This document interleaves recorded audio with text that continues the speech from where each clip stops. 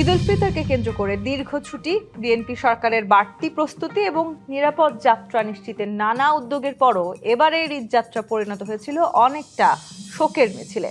সাম্প্রতিক ঈদ যাত্রা আগের যে কোনো সময়ের তুলনায় এবার বেশি স্বস্তিদায়ক হয়েছে বলে সড়ক পরিবহন ও সেতুমন্ত্রী শেখ রবিউল আলম দাবি করলেও ঈদের আনন্দ শেষ হওয়ার আগেই সড়ক, রেল ও নৌপথে একের পর এক দুর্ঘটনায় প্রাণহানির ঘটনা দেশজুড়ে গভীর উদ্বেগ সৃষ্টি করেছে।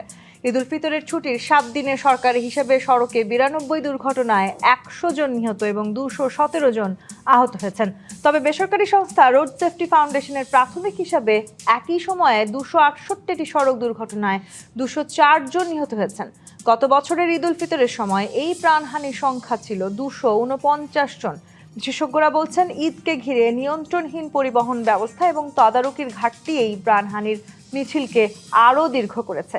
এর সঙ্গে যোগ হয়েছে জ্বালানি সংকট জানিয়ে গতকাল বিএনপির সংসদীয় দলের বৈঠকে অসন্তোষ প্রকাশ করেছেন দলের সংসদ সদস্যরা। এদিন জবাবদিহিতার আওতায় আনা হয় সংশ্লিষ্ট মন্ত্রণালয়ের মন্ত্রী প্রতিমন্ত্রীদের। সরকার গঠনের পর একাধিকবার প্রধানমন্ত্রী তারেক রহমান স্পষ্ট করেছেন, দায়িত্ব পালনে ব্যর্থতা বা ক্ষমতার অপব্যবহার কোনোভাবেই বরদাস্ত করবে না তিনি। সরকারি দলের মন্ত্রী প্রতিমন্ত্রীদের এই জবাবদিহিতাকে একটি কঠোর ও দায়িত্বশীল শাসন ব্যবস্থার বার্তা দিচ্ছে নাকি না, জনকল্যাণমুখী পদক্ষেপ বাস্তবায়নে এতে কি আশান্বিত হতে পারছেন বিরোধীরা, সব মিলিয়ে এই বিষয়টিকে কিভাবে দেখছেন তারা, এসব নিয়ে আলোচনায় আজ রাজখান স্টুডিওতে আছেন বিএনপির তথ্য সম্পাদক আজিজুল বারী হেলাল, এমপি জামায়াত ইসলামের কেন্দ্রীয় মজলিসের শুরা সদস্য ডক্টর মোহাম্মদ আব্দুল মান্নান এবং গণফোরামের সাধারণ সম্পাদক ডাক্তার মোহাম্মদ মিজানুর রহমান। স্বাগত জানাচ্ছি আজকে রাজখানে। ডাক্তার মোহাম্মদ মিজানুর রহমান, জবাবদিহিতার আওতায় মন্ত্রী প্রতিমন্ত্রীদের আনা হচ্ছে এবং আমরা আসলে এই সরকার গঠন হবার পর, এই সরকার রাষ্ট্রের দায়িত্ব নেওয়ার পর বেশ কিছু নতুন পদক্ষেপ নিতে দেখেছি প্রথমবারের মতো। সেই প্রথমবারের মতনই হয়তো এই মন্ত্রী প্রতিমন্ত্রীদেরকে এইভাবে জবাবদিহিতার আওতায় আনা হচ্ছে এবং সেটি আসলে প্রায় যেটি বলা হচ্ছে যে প্রতি মাসে এমপিদের জন্য এরকম একটি ব্রিফিং এর ব্যবস্থা করা হবে। কি মনে করছেন যে এই ব্রিফিং এর মধ্য দিয়ে প্রতি মাসে যদি এই ব্যবস্থা সত্যিকার অর্থেই গ্রহণ করা হয়, কার্যকর হবে কিনা তাদের এই জবাবদিহিতার আওতায় আনাটি? ধন্যবাদ আপনাকে, সেই সাথে আমার সম্মানিত সহ আলোচক এবং ডিবিসি নিউজের দর্শক শ্রোতাদের। দেখেন, সংসদীয় গণতন্ত্রে মন্ত্রী এবং প্রতিমন্ত্রী বা সরকারের এটা সবচেয়ে বড় দায়িত্ব হচ্ছে জবাবদিহিতা, এবং এই জবাবদিহিতা হচ্ছে সরকারের মূল ভিত্তি, মানে গণতন্ত্রের। তো এই জবাবদিহিতা আমাদের এই রাষ্ট্র ব্যবস্থায় দীর্ঘদিন ধরে অনুপস্থিত ছিল। এবং আপনি যদি খেয়াল করে দেখেন যে এই জবাবদিহিতা তো সংসদের কাছে, এবং সংসদের মাধ্যমে জনগণের কাছে কিন্তু এই জবাবদিহিতা পৌঁছায়। দ্বিতীয়ত, মন্ত্রী এবং প্রতিমন্ত্রীদের জবাবদিহিতা প্রথম মন্ত্রী পরিষদে, তারপরে হলো সংসদে। এখন আমাদের এখানে দীর্ঘ সময় সংসদীয় ব্যবস্থা কার্যকর ছিল না। সেখানে প্রকৃত পক্ষে জনগণের দ্বারা নির্বাচিত বিরোধী দল বলতে যা বোঝায় সেখানে ছিল না। সুতরাং একতরফা নির্বাচনের মাধ্যমে যে সরকার গঠিত হয়েছে, যারা সেখানে সংসদে ছিলেন, সরকার এবং বিরোধী দল একাকার হয়ে গেছে, মহাজোটের যে অবস্থা। তাতে করে আমাদের এখানে যে গণতন্ত্রের কথা আমরা বলি, আমরা মুক্তিযুদ্ধের পরেও সেটা পাইনি, এবং এর কারণে আমরা 90-এ কিন্তু গণ আন্দোলনের মধ্য দিয়ে একটি অভ্যুত্থান হয়। এরপরে 91 থেকে আবার কিন্তু আমাদের গণতন্ত্রের যাত্রা শুরু হয়। কিন্তু এই দীর্ঘ সময় আমরা কিন্তু এই গণতন্ত্রের যে মূল ভিত্তি জবাবদিহিতা মন্ত্রী প্রতিমন্ত্রীদের পাই নাই। আমরা মন্ত্রী এবং প্রতিমন্ত্রী যখন যারা হয়েছেন, তারা মনে করেছে যে এই রাজ্য তাদের, এবং তারা যে দায়িত্ব পেয়েছেন তাদের অতিকথন এবং জবাবদিহিতা না করার কারণে দুর্নীতি হয়েছে ব্যাপকভাবে, এবং জনগণ তাদের কাঙ্ক্ষিত যে আশা সরকারের কাছ থেকে পায়নি। এটা একটা। আমরা এখন মনে করি যে বর্তমান যে সরকার, বিশেষ করে এই ত্রয়োদশ জাতীয় সংসদের মধ্য দিয়ে নির্বাচিত হয়ে জনগণের ম্যান্ডেট নিয়ে তারা ক্ষমতায় এসেছেন, এবং তারা কিছু পদক্ষেপ নিয়েছেন, এবং এই পদক্ষেপের মধ্যে আজকে যে বিষয়টা আমাদের মাননীয় প্রধানমন্ত্রী তার মন্ত্রীদের জবাবদিহিতার মধ্যে এনেছেন, এইটা কিন্তু জনগণ চাচ্ছিল। বিশেষ করে এখন বৈশ্বিক যে অবস্থা, আপনি যদি দেখেন যে ইরানের যে যুদ্ধ, সেখানে এই যুদ্ধ পরিস্থিতির কারণে সারা পৃথিবীতে জ্বালানি যে সংকট, এবং সেই সংকট শুধু বাংলাদেশে না, সারা পৃথিবীতে সাথে বাংলাদেশে কিন্তু এটা মারাত্মক সংকট দেখা দিয়েছে। এই জায়গায় কিন্তু আমরা জবাবদিহিতা পাচ্ছিলাম না। আজকে আমরা যেটুকু শুনেছি যে এখানে প্রভাবশালী মন্ত্রীরাও জবাবদিহিতার মধ্যে আসছেন। আপনি যদি কয়েকদিন আগে লক্ষ্য এবং করেন, এটি কিন্তু আসলে প্রথমবারের মতো এই ঘটনাটি আমরা দেখলাম যে মন্ত্রীদেরকে বাধ্য করা হচ্ছে সংসদ সদস্যদের বিভিন্ন বিষয়ে অবহিত করতে, এবং যাতে আসলে যারা সংসদ সদস্য আছেন তারা নিজ নিজ এলাকায় তারা আসলে যে প্রয়োজনীয় ব্যবস্থা আছে সেটি গ্রহণ করতে পারেন। এই যে আসলে প্রক্রিয়াটি শুরু হয়েছে, এই প্রক্রিয়াটা যদি চলমান থাকে সেক্ষেত্রে নিজ নিজ এলাকায় তারা আসলে যে প্রয়োজনীয় ব্যবস্থা গ্রহণ করার কথা বলছেন সেটি আসলে দৃশ্যমানে গতি আরো বেশি গতি পাবে কিনা। আমি সেই কথাটাই বলতে চাচ্ছিলাম যে এই যে প্রক্রিয়াটা শুরু হলো, দীর্ঘদিন আমাদের সংসদ কার্যকর ছিল না, অর্থাৎ সংসদীয় গণতন্ত্র থাকলেও জনগণের নির্বাচিত প্রতিনিধিত্ব না থাকার কারণে সেখানে অকার্যকর ছিল এবং যে সরকারগুলো ক্ষমতায় ছিল তাদের জবাবদিহিতা ছিল না।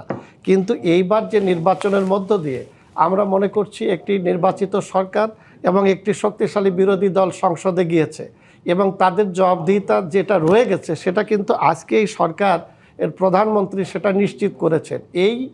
এটা যদি অব্যাহত থাকে তাহলে আমি মনে করি যে আমাদের দেশের সংসদীয় গণতন্ত্রের যে সুফল সেটা কিন্তু আমরা পাবো। সেটি সংসদীয় গণতন্ত্র। ডক্টর মোহাম্মদ আব্দুল মান্নান, আপনার কাছে আসি। যারা আসলে জনগণের ভোটে নির্বাচিত হয়েছেন, সবচাইতে বেশি জবাবদিহিতার জায়গাটা সরাসরি জনগণের কাছে থাকার কথা, সেই জায়গাটিতে আমরা ফিরে আসতে চাই। শুরুতে যেটি বলছিলাম যে ঈদ উল ফিতরকে কেন্দ্র করে আসলে একটা বড় ছুটি ছিল, বিএনপি সরকার একটা বাড়তি প্রস্তুতিটাও আমরা দেখেছি, নিরাপদ যাত্রা নিয়ে আসলে সেটাও তাদের জন্য একটা বড় চ্যালেঞ্জ ছিল। সেই জায়গাটিতে আজকে সড়ক পরিবহন সেতুমন্ত্রী বলেছেন যে কোনো সময় তুলনায় এবার বেশি স্বস্তিদায়ক হয়েছে। আপনি কি মনে করছেন, আসলেই স্বস্তিদায়ক হয়েছে কিনা? আপনাকে ধন্যবাদ, দুইজন সহ আলোচক ভাইদেরকে ধন্যবাদ জানাই, দেশবাসীকে আমি ধন্যবাদ জানাই। তবে আজকে সড়ক পরিবহন সেতুমন্ত্রী তিনি যে বক্তব্য দিয়েছেন, আমি এই বক্তব্যের সাথে পুরোপুরি দ্বিমত পোষণ করছি। এবং আপনি যে একটা তথ্য এখানে উপস্থাপন করেছেন, এই তথ্যের ভিতরে কিছুটা পরিবর্তন আছে, আমার কাছে এই তথ্যটা আছে।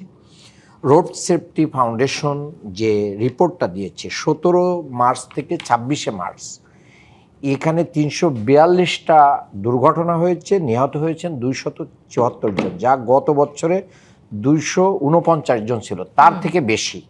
অর্থাৎ এটা মানে বিআরটিএ আরেকটা রিপোর্ট দিয়েছে, বিআরটিএ মাত্র 17 থেকে 23 মার্চ 7 দিনে 92টা ঘটনার কথা বলছে এবং 100 জনের মৃত্যুর কথা বলছে। এখন মৃত্যু কিন্তু যেটা স্পট ডেড হয় সেগুলোর কথাই এখানে এসেছে, এরপরে আহতর সংখ্যা কিন্তু এখানে আসে নাই। এরপরে হাসপাতালে চিকিৎসাধীন অবস্থায় যারা মৃত্যুবরণ করে তাদেরকে কিন্তু এখানে কাউন্ট করা হয় না। এই জায়গায় আমরা যেটা দেখতেছি যে এইবার যে অ্যাক্সিডেন্টগুলো হয়েছে, অ্যাক্সিডেন্টের মাত্রাগুলো কিন্তু খুব ভয়াবহ ছিল। যেরকম পানির ভিতরে একটা গাড়ি মানে পুরো যাত্রীদেরকে নিয়ে নেমে চলে গেল, এটা তো যে কেউ বুঝছে যে এটার কোনো চালক ছিল না, এটা হেল্পার চালিয়েছে কিংবা অদক্ষ যে কেউ একজন এখানে ছিল, তাছাড়া তো এইরকম ঘটনা ঘটার কোনো সুযোগ ছিল না। এরপরে আপনার ট্রেনে দুর্ঘটনা ঘটে, রাস্তায় দুর্ঘটনা ঘটেছে। আসলে কথার চেয়ে কাজের চেয়ে কথা বেশি হয়েছে, মিডিয়াতে বক্তব্যটা বেশি হয়েছে। আর জনগণের পক্ষ না নিয়ে এই মালিক শ্রমিকদের পক্ষ নিয়ে মানে মন্ত্রী মহোদয় এবং তার আশপাশের লোকরা ব্যস্ত ছিল, যার কারণে আসল জিনিসটাকে কি করা হয় নাই। আপনি দেখেন যে সড়কে যে দুর্ঘটনা ঘটে, প্রতি বছর সড়কের দুর্ঘটনায় 5000 মানুষ আমাদের দেশে মারা যায়। আপনি মানে এটা কল্পনা করতে পারেন 5000 মানুষ। যে সংসদ সদস্যদের জন্য যে ব্রিফিং এর আয়োজন করা হয়েছিল, আমি সেই জায়গায় আসছি। কিছু সমস্যার কথা স্বীকারও করেছেন। না, সেটা স্বীকার করেছেন। এখন আপনি বলছেন যে কি ঠিক আছে, আমাদের এটা তো রোধ করতে আমাদের করণীয় কিছু আছে। আপনার যদি বলেন রাস্তার কারণে কি দুর্ঘটনা হয় না? রাস্তা কিন্তু সব ঠিকঠাক নাই। এরপরে গাড়ির পারমিট, রুট পারমিট, তারপরে তার ফিটনেস ইত্যাদি, এগুলোও কিন্তু সমস্যাগ্রস্ত আছে। চালকের লাইসেন্স নাই, এরকম সমস্যা আছে। মালিক বেপরোয়াভাবে সে যা ইচ্ছা তাই করে, অর্থাৎ নিয়ন্ত্রণকারী যে সমস্ত সংস্থা, এরা চাঁদা টাদা নিয়ে ভাগাভাগি নিয়ে বিভিন্ন ইয়েতে ব্যস্ত। অর্থাৎ আসল জায়গায় সরকার এখনো ফোকাস করতে পারে নাই, বরঞ্চ সমঝোতার ভিত্তিতে নিলে চাঁদা হবে না এই বক্তব্য দিয়ে এই মন্ত্রী মহোদয় এই সমস্ত মানুষদেরকে আরো উস্কায় দিছে। এরা বেপরোয়া। তিনি ব্যাখ্যাও দিয়েছেন। না, ব্যাখ্যা তো তার ব্যাখ্যা, জনগণ সেই ব্যাখ্যা অ্যাকসেপ্ট করে কি না করে এটা জনগণের। আমি মনে করি যে আজকে প্রধানমন্ত্রীর যে বক্তব্য এবং তার যে ইনিশিয়েটিভ, এটা প্রশংসার দাবিদার। যদি এই রাষ্ট্র আজকে দেখেন যে প্রধানমন্ত্রী বলছেন যে প্রত্যেকটা জেলার যদি এমপিদেরকে আমরা কি করতে পারি, এখানে ইনভলভ করতে পারি, এমপিদের মাধ্যম দিয়ে আমরা উপজেলা, ইউনিয়ন সকল পর্যায়ে কিন্তু একটা প্রশাসনের নেটওয়ার্কিং আছে। এই নেটওয়ার্ক যখন অ্যাক্টিভ হয়ে যাবে এবং প্রত্যেকেই যখন এটাকে নিজেদের সমস্যা মনে করবে, তখন কিন্তু সহযোগিতা এগিয়ে আসবে। আর আপনি যখন সংসদের এই সহযোগিতা চাইবেন আর বিরোধী দলীয় এমপিদের বরাদ্দ দিবেন না, তাদের উন্নয়ন দিবেন না, তাদেরটা কাইটে দিবেন, তাদের কমায় দিবেন, নিজ দলের এমপিদেরকে সব সুযোগ সুবিধা দিয়ে দিবেন, তখন তো আরও বেশি এখানে বৈষম্য তৈরি হবে। তাহলে ওই জায়গায়ও একটা ন্যায় প্রতিষ্ঠা করতে হবে। সেরকম কিছু কি আসলে বিএনপি এখন করেছে? এটা হয়েছে এই যে ঈদের সময় যে সমস্ত বরাদ্দ, হ্যাঁ এই এক মাসেই হয়েছে। এবং আমরা এই জবাবটা তাহলে নেই, সরকার দলীয় যেহেতু লোক আছেন, আজিজুল বারী হেলাল অনেকে পেয়েছেন, অনেকে পান না। জি, আপনি সরকারি দলরা পেয়েছে যা বিরোধী দলীয় এমপিরা তা পায় না। সরকার দলীয় সংসদ সদস্য আজিজুল বারী হেলাল, তাহলে আসলে আপনি বেশি বরাদ্দ পেয়েছেন, বিরোধী দলের যারা সংসদ সদস্য আছেন তারা যথেষ্ট বরাদ্দ পাচ্ছে না। এই জবাবদিহিতাগুলো আসলে সঠিকভাবে নেবার জন্যই তো এই ব্রিফিং এর আয়োজন করা হয়েছে। সেই সাথে যে একটি অভিযোগ করছিলেন ডক্টর মোহাম্মদ আব্দুল মান্নান যে সরকার আসলে এখনো ঠিক যেই জায়গাটিতে ফোকাস করা দরকার সেখানে ফোকাস করেনি। দেখুন, আমি এই যে মান্নান যেটা বলল যে কে কি বরাদ্দ পেয়েছে, এটা আমি সংসদ সদস্য আরেকজন থাকলে সে উত্তর দিতে পারত যে আমরা সবাই সমান বরাদ্দ পেয়েছি কি পাইনি। সংসদ থেকে যে বরাদ্দটা প্রধানমন্ত্রী দপ্তর থেকে দেওয়া হয় সেটা সবাই পাবে যদি পেয়ে থাকে, আর যদি না পায় তাহলে কেউই পায়নি। এই একটা আপনি কথা বলতেই পারেন। আর একটা কথা হলো যে ফোকাস কোথায় দেয়া হয়। আমাদের মূল ফোকাস জনস্বস্তি, জনগণ যাতে স্বস্তিতে থাকে। এবার দেখেন আপনি আমাদের এই 55 বছরের ইতিহাসে কোনো ঈদে আপনি স্বস্তির ঈদ করতে পারেননি। আমি এই অ্যাক্সিডেন্টগুলো, অ্যাপার্ট ফ্রম দিস অ্যাক্সিডেন্ট এগুলো নিয়ে আমি বলবো, কিন্তু দেখেন যে প্রত্যেকবার দেখবেন যে টিকিট পাওয়া যাচ্ছে না, ভাড়া বৃদ্ধি, তারপরে রাস্তায় শত শত মাইল যানজট, মানুষ যেতে পারছে না। এই অস্বস্তি থেকে কিন্তু মানুষ এবার মুক্তি পেয়েছে। গাড়ির ভাড়াও বাড়েনি, লঞ্চের ভাড়া বাড়েনি, ট্রেনের ভাড়া বাড়েনি, সেটি সরকার বলেছে, কিন্তু বিভিন্ন সময় কিন্তু দেখা গেছে যে আসলে দ্বিগুণ ভাড়া নেওয়া হচ্ছে কিংবা কোনো কোনো জায়গায় 3 গুণ ভাড়াও নেওয়া হচ্ছে। এক্সেপশন, আপনি একটা এক্সেপশনকে আপনি এটা জেনারেলাইজ করে দেখতে পারেন না। তবে সবাই যে এবার বাড়ি যেতে পেরেছে, পত্রিকা, টেলিভিশনে এবং মানুষের সাথে কথা বলে দেখেছেন যে ওই যে বাড়তি ভিড়, উপচে পড়া ভিড়, 10 টাকার টিকিট 200 টাকা, তারপরে আপনার টিকিট পাচ্ছে না, রাস্তায় যানজট, আমাদের রাস্তাঘাটের সমস্যা হচ্ছে, কিন্তু তারপরেও সরকার মানে অনিরলস পরিশ্রম করে মানুষের ঈদ যাত্রাকে স্বস্তি দিয়েছে। আরেকটা স্বস্তির কথা হলো যে দেখেন এমন কোনো রোজা আপনারা উদযাপন করেননি যখন মানুষ বলেনি যে দ্রব্যমূল্যের ঊর্ধ্বগতিতে মানুষ এটা খেতে পারছে না, রোজায় ওইটা নেই সেইটা নেই। কিন্তু দেখেন এবার দ্রব্যমূল্য কতটা সহনীয় ছিল। সরকার তার নিরলস পরিশ্রমের ফলে এবং বাজার মনিটরিংয়ের ফলে এবং এই যে বাজার সিন্ডিকেট যে ভেঙে দিতে পেরেছে, তার একটা বড় উদাহরণ হলো যে বিশ্বে এখন তেলের যে পরিস্থিতি, তেলের যে সংকট, সেই সংকট এবং তেল যুদ্ধের কথা বলে যে কোনো সরকার সেকেন্ডের মধ্যে তেলের দাম বাড়িয়ে দিত। দেখেন আমাদের এই সরকার ভর্তুকি দিয়ে হলেও তেলের দাম কিন্তু আপনার নিয়ন্ত্রিত করেছে, অর্থাৎ সিন্ডিকেটটা আমরা ভেঙে দিতে পেরেছি। কারণ আমাদের এইখানে ফোকাস দেন যে আমরা এই যে পণ্যের সিন্ডিকেট, তেলের সিন্ডিকেট, এটা আমরা ভেঙে দিতে পেরেছি। এখন বলতে পারেন যে পাম্পগুলোতে নাকি তেল পাওয়া যাচ্ছে না। আপনি এটাও দেখেছেন, মানে সরি টু সে, এবং এটা very sad for our nation, যে আমাদের পাম্পওয়ালারা লিখে দিচ্ছে যে তেল নেই, কিন্তু দেখা যাচ্ছে 10,000 11,000 লিটার ড্রামে করে বিভিন্ন জায়গায় লুকিয়ে রেখেছে, তাই না? এইটার জন্য কিন্তু সরকার এই দায়িত্ব সরকারকে নিচ্ছে। সরকার অভিযান চালিয়ে এই তেলগুলো উদ্ধার করা। এই যে পাম্পের মালিকরা এই যে আপনি তেল দিচ্ছেন চেষ্টা করছে আসলে তাদের কাজগুলো করে যেতে, কিন্তু তারপর আসলে বিরোধীরা যে অভিযোগ করছে যে না, বিরোধীর অভিযোগকে আমি অ্যাকসেপ্ট করছি। যেমন ওই যে মান্নান বলল যে আমাদের যে দুঃখজনক যে ঘটনাটা দৌলতদিয়া ফেরিঘাটে একটা বাস পড়ে গেল, ওইটা কিন্তু আমিও মান্নানের সাথে একমত ছিলাম যে এটা কি কোনো আপনার হেল্পার চালাচ্ছে কিনা, ওর লাইসেন্স ফিটনেস আছে কিনা। লাইসেন্স ফিটনেস সম্বন্ধে আইডিয়া নেই, ওখানে ওটা ছিল কিনা আমি জানি না।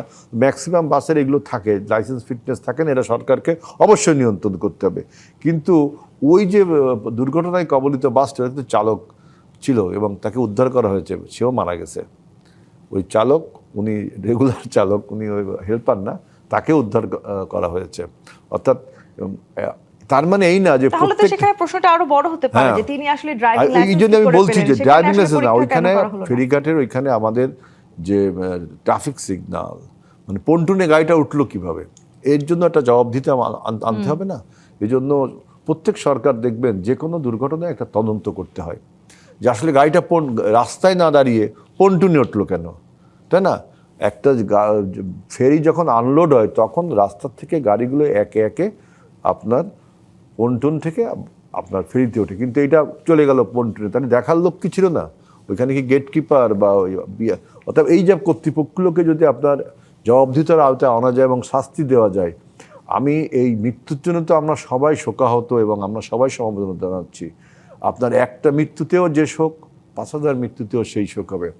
আমাদের এই রাস্তার দুর্ঘটনা, এইগুলো আমাদের সরকার কমিয়ে আনার জন্য নানান পন্থা, যেমন দেখেন এই যে ঢাকায় যে যানজট, এই যানজটের ফলেও কিন্তু ওই যে গাড়িতে প্রতিযোগিতা করে কে আগে ট্রিপ নেবে, সেজন্য আমরা দেখেন এবার সিগন্যালগুলোকে অটোমেশন করার পদ্ধতি আমরা নিয়েছি। অটোমেশন করার পদ্ধতিও নিয়েছে, যে অটোমেশনে আপনার ঢাকা শহরের 120টা সিগন্যাল বাতি আমরা অটোমেশনের আওতায় আনছি। আমাদের বিরোধী বন্ধুরা যেটা বলছেন এগুলোকে আমি অস্বীকার করছি না, এইগুলোকে সলিউশন করে মানে উই আর মুভিং টুয়ার্ডস আপনার এভরিথিং, যে অল দ্য ইরেগুলারিটিস বিহাইন্ড, এইটা দেখেন জবাবদিহিতা তো ওই যে ভাই বললেন সংসদে হচ্ছে, জবাবদিহিতা আমাদের পার্লামেন্টারি কমিটিতে হচ্ছে, কিন্তু সবচেয়ে বড় জবাবদিহিতা হলো জনগণের কাছে। জনগণ কতটা স্বস্তিতে আছে আমরা এইটা আমাদের ইনশিওর করতে হবে। যে অভিযোগটি আসলে করছিলেন ডক্টর মোহাম্মদ আব্দুল মান্নান যে আসলে বিরোধী দলের যারা আসলে সংসদ সদস্য আছেন তাদেরকে সমান সুযোগ সুবিধা দেওয়া হবে কিনা, তারা যদি সমান সুযোগ সুবিধা না পান, খুব স্বাভাবিকভাবেই সেই এলাকার জনগণ বিরোধী দলের কোন সুযোগ সুবিধা দেওয়া আছে? আপনি অনুদানের ব্যাপারে, অনুদান ডোনেশন, এগুলো তো সব প্রমাণ পেয়েছেন এই এক মাসে এই ধরনের বৈষম্য করা হয়েছে। আমি এই জায়গাটাতে আসবো, আমি ডক্টর আব্দুল মান্নান আপনার কাছে প্রশ্নটা রেখেই গেলাম। আমরা এক মাসে কি বরাদ্দ পেয়েছি আমি বুঝলাম না। আমিও আপনার ঠিক সরকারের যেতে চাই যে উন্নয়নমূলক কাজ এইগুলো আমরা তদারকি করতে পেরেছি, আমরা এখন কোনো বরাদ্দ পেয়েছি? তাহলে কেন আসলে এই অভিযোগ? জিপে ইস্পাত নিবেদিত রাজকাহন থেকে বিরতি নিয়ে ফিরছি, সাথেই থাকুন। জিপে ইস্পাত নিবেদিত রাজকাহন দেখছেন ডক্টর মোহাম্মদ আব্দুল মান্নান।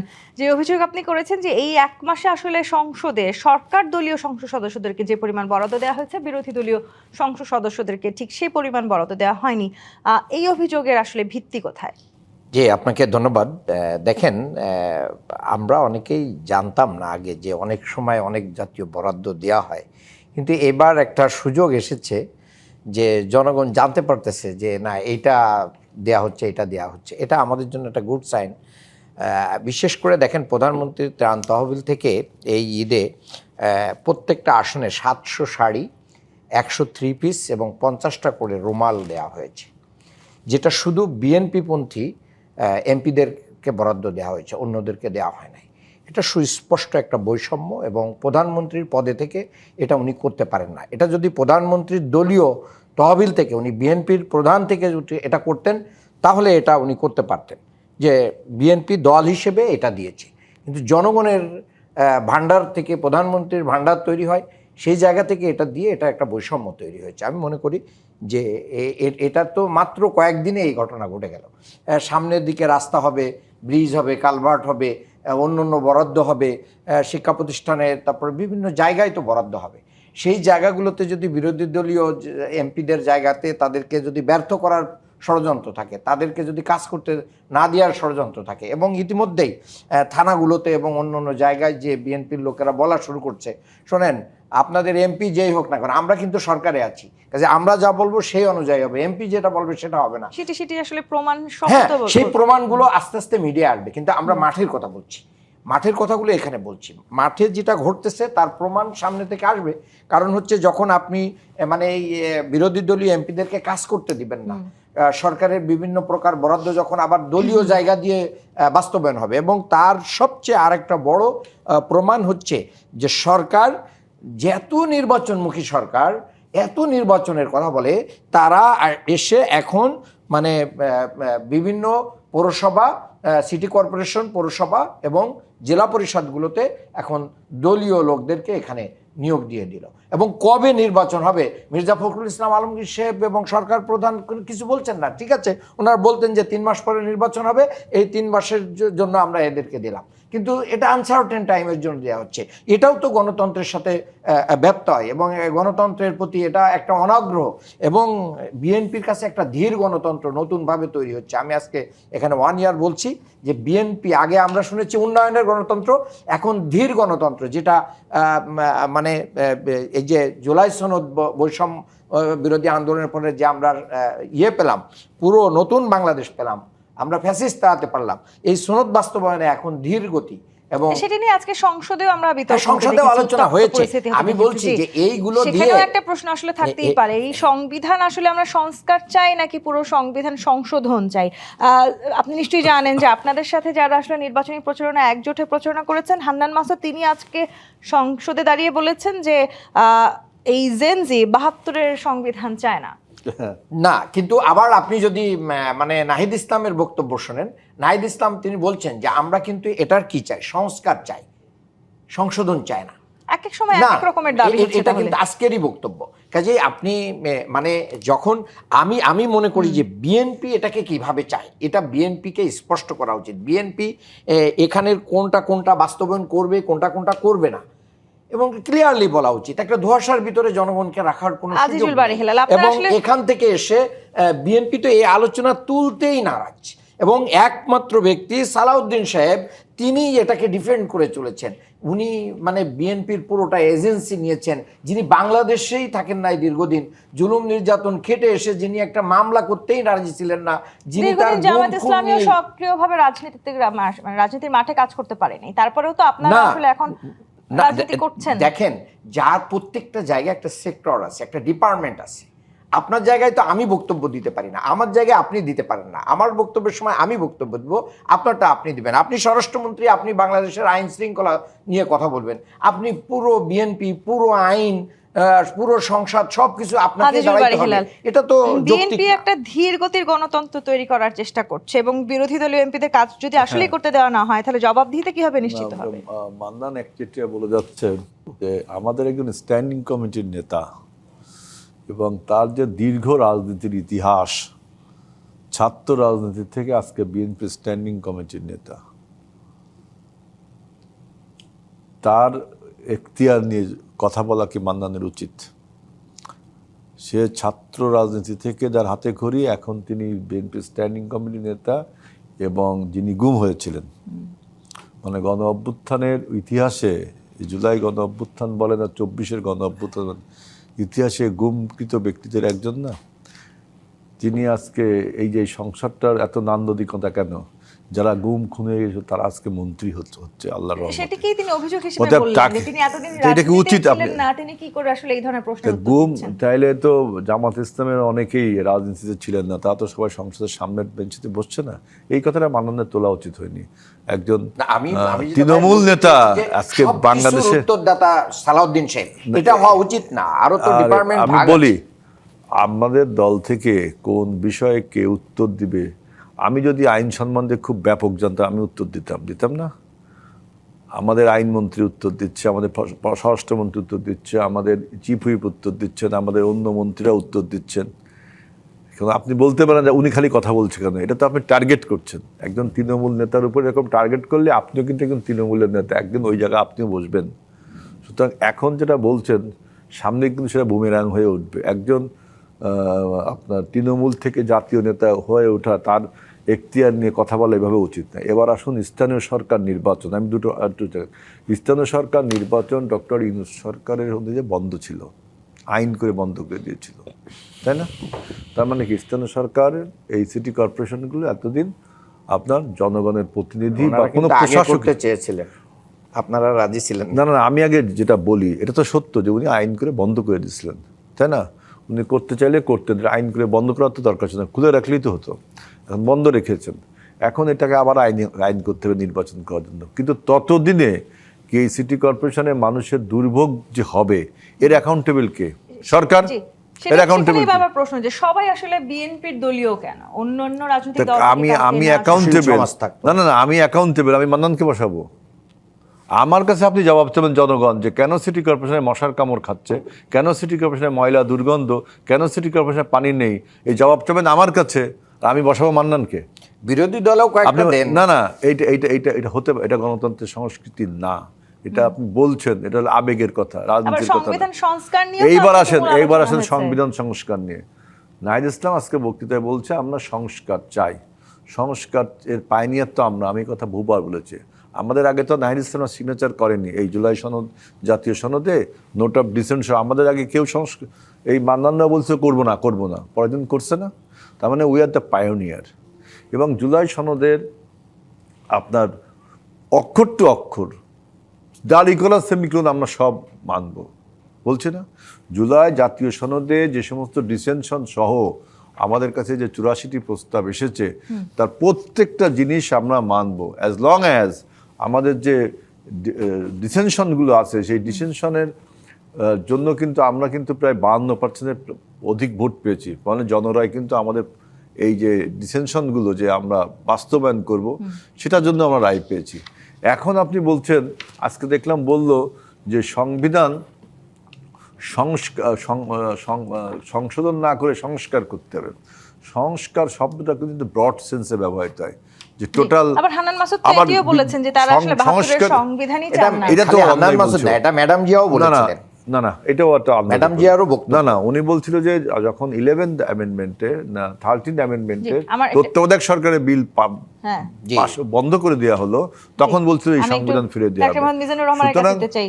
আপনার সংস্কার কিন্তু কতগুলো সংশোধনের ফলে একটা সংস্কার হয়। জি, অনেক আসবো আপনার কাছে। সংবিধানের এই সংশোধনের যে সংবিধান সমাহার হলো সংস্কার নিয়ে আজকে সংস্কার। আমরা সংসদে যে উত্তপ্ত পরিস্থিতি দেখেছি, সেটি আসলে মিটবে নাকি আসলে আরো বেশি বাড়বে বলে মনে হচ্ছে এখন যেভাবে পাল্টাপাল্টি বক্তব্য আসছে? দেখেন খুব একটা উত্তপ্ত হলো না তো।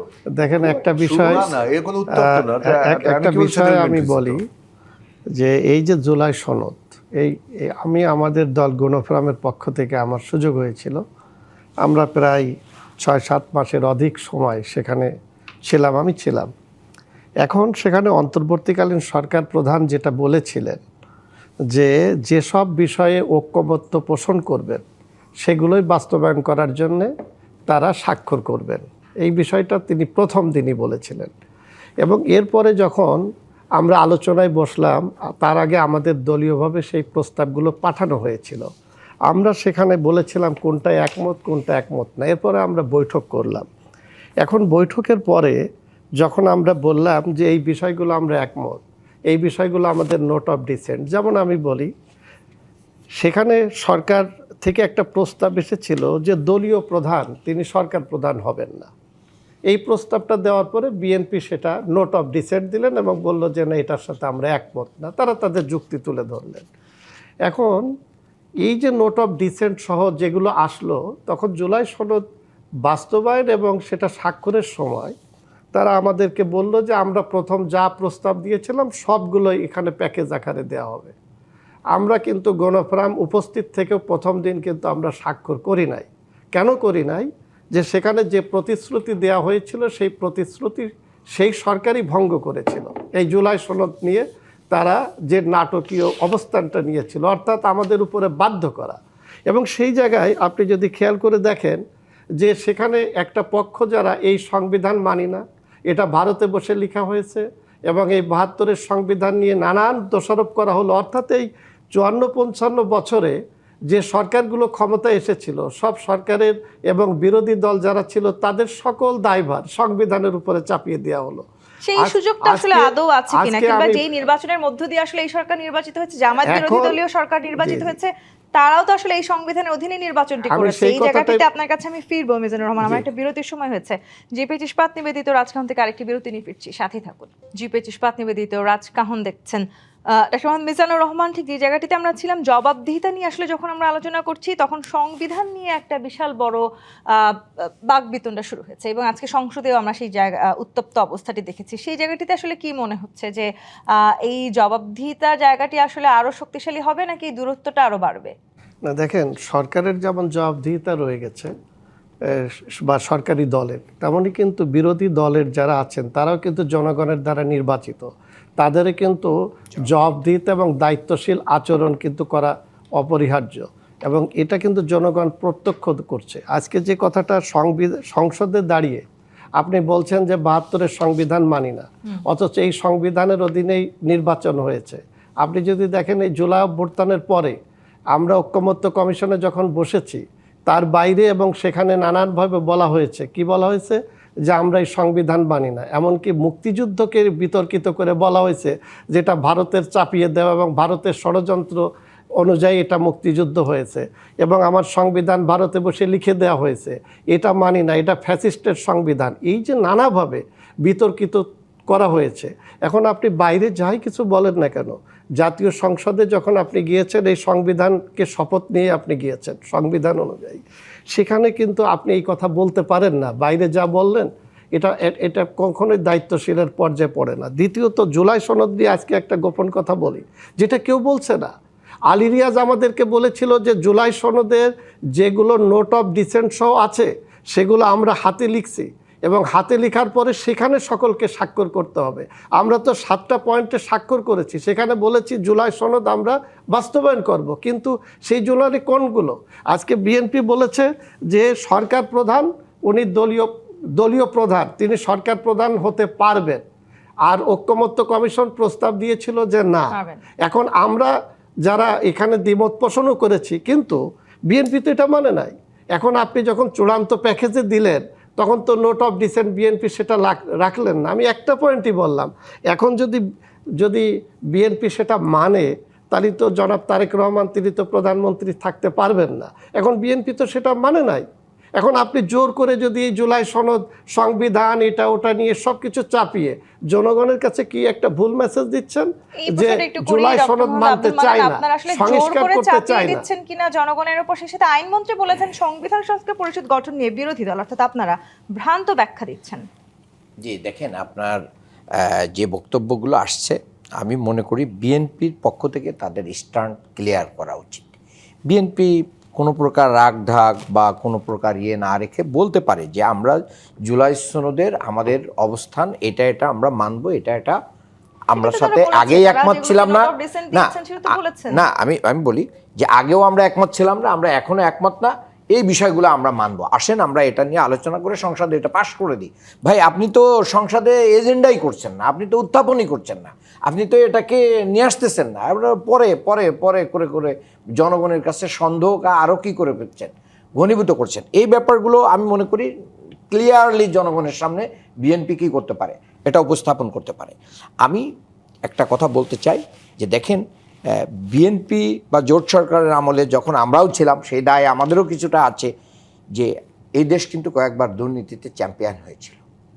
এখন বাংলাদেশের মানুষ যে রক্ত এবং সংগ্রাম এবং ত্যাগ কোরবানির বিনিময়ে আজকে যে গণতান্ত্রিক ব্যবস্থাটা পাইল, সেই গণতান্ত্রিক ব্যবস্থা যদি সংস্কার না হয়, যদি জুলাই সনদ পালন না হয়, বাস্তবায়ন না হয়, তাহলে না, সংবিধানকে পাল্টে ফেলানোর কথা বলা হচ্ছে না, এটাকে ঠিক রাখা হচ্ছে, ডিজাইন চেঞ্জ করা হচ্ছে। এর যেখানে যেখানে প্রবলেম এখানে তো আপনি ঠিক করবেন, তো সেই ঠিকটা আপনাকে তো করতে হবে, এই সংস্কার তো আপনাকে করতে হবে। আমি এটা বলতে চাই, তাহলে ওয়ান্স আপন এ টাইম এই জুলাই সনদের প্রতারণা, এই দেশের সাথে প্রতারণার দায় বিএনপিকে নিতে হতে পারে কিনা। আপনি দেখেন জুলাই সনদের ব্যাপারে আমরা কতটা কর্ডিয়াল। আজকে সংসদে আমরা বলেছি যে এই জুলাই সনদ বাস্তবায়নের জন্য প্রয়োজনীয় বিশেষজ্ঞ যারা আছে, সংবিধান বিশেষজ্ঞ, তাদের নিয়ে এবং আরও সমাজের যে মেরিটোরিয়াস পিপুলগুলো আছে তাদের নিয়ে একটা জাতীয় কমিটিবদ্ধ হতে পারে, সংসদের ভিতরে বাইরেও আলোচনা হতে পারে। যেহেতু এই জুলাই সনদ আমরা সবাই মিলে এটা চেতনা বহন করি। এখন আপনি বলতেছেন সংস্কার আর সংবিধানের একটা, দেখলাম আমি পার্থক্য নিয়ে আসছে নাহিদ ইসলাম। সংস্কার মানে aggregations of many amendments is called reform. অনেকগুলো সংশোধনের ফলে একটা রিফর্ম হয়। তার মানে আর রিফর্ম হলো তো টোটাল জিনিসটাকে উল্টে পাল্টে দেওয়া। এখন আপনি আমাদের যে এক্সিস্টিং সংবিধান, একে কি আপনি টোটাল চেঞ্জ করে দিচ্ছেন, না এর কিছু ধারা উপধারাকে আপনি অ্যামেন্ডমেন্ট করছেন? তাহলে সংবিধান সংশোধন পরিষদে আপনি আমার সংস্কার পরিষদ বলে আরেকটি নতুন শব্দের নিয়ে খেলা করছেন, তাই না? সেজন্য আমি বলছি যে এই 84টা পয়েন্ট, এই 84টা পয়েন্টে আলোচনা হবে। তাহলে 84টা অ্যামেন্ডমেন্টস আছে, যেগুলো নোট অফ ডিসেন্ট ছাড়া যেগুলো আছে, অ্যামেন্ডমেন্টস আছে, তাহলে রিফর্ম হলো কই?